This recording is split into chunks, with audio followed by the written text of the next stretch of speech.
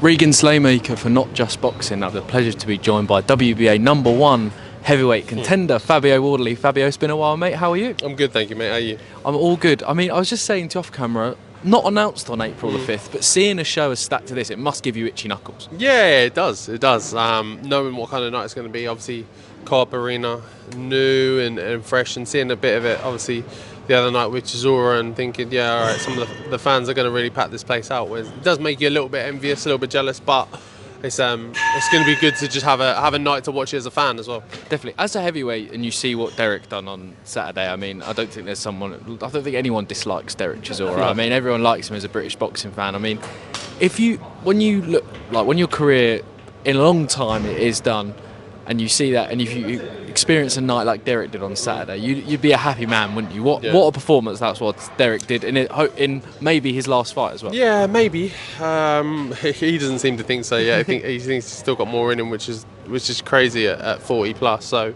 yeah, look, I think either way, if that is his last one, if it's not, however, he's had a fantastic career and he's given so much to boxing, and we as boxing fans just want to see him go out on a high. Definitely as well, Fabio. I mean, with a heavyweight with no fight news, I've got to ask you, what is in the works, Fabio Wardley? What's next after coming off? I mean, a career best performance, it's fair to say, after a fight against the guy who you went fight of the year with, and you stopped him in a round. What's next for yourself? Yeah, look, we're playing around with a few things, a few options. I'm in a very good place at the moment. Obviously, #1 with the WBA and coming off a great win, so we're being very particular about what our next step is going to be. And how that's all going to come together. So yeah, we're just not rushing anything at the moment. I've got time. There's no need to kind of speed through and make any hasty decisions. If I make an educated guess, Fabio, if that's all right, you're #1 with the WBA. Kubrat Pulev has the regular world title version. Is that a potential option for yourself? It's probably one in the mix. Yeah. It's probably one of the most obvious ones to look at and go, oh, that makes a lot of sense. There's still other factors that go into that. How willing is he to fight me, if at all? If he isn't, what does the WBA think about it? However, so there's still quite a number of variables for that fight in particular. Hence why we're looking at a variety of other options as well. There's not to get tied up in any one-two particular situation. Definitely as well, and obviously it's a version of a world title as well. Obviously, you said there's lots of things to go into it before that's picked as a potential option, but version of a world title. We've spoke so many times about that potential Portman Road thing. Yeah. World title fight, Portman Road, Frank Warren, Queensbury DAZN. It's all adding up to get fit in that final piece of the puzzle as well. Yeah, look, it all lines up very well. That's obviously the perfect picture.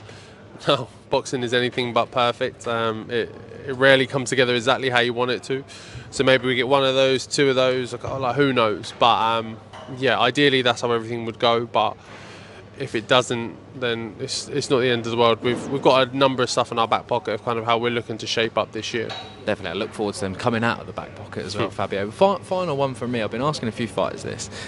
Throughout all your career, it might be in your white collar fights, it might be your pro fights as well, Fabio. What's the one fight you think you learnt the most from? That's probably the obvious one, but I think it will be the first Fraser fight. There's not much more you can ask for in terms of experience and learning about boxing, learning about yourself as a fighter, to go through that kind of fight and come out the other side, and it sometimes took a lot from. So yeah, probably that one, I think. How many times have you rewatched that fight? I don't know, probably 10, maybe something like that. Not many then. Yeah, not many. I don't know.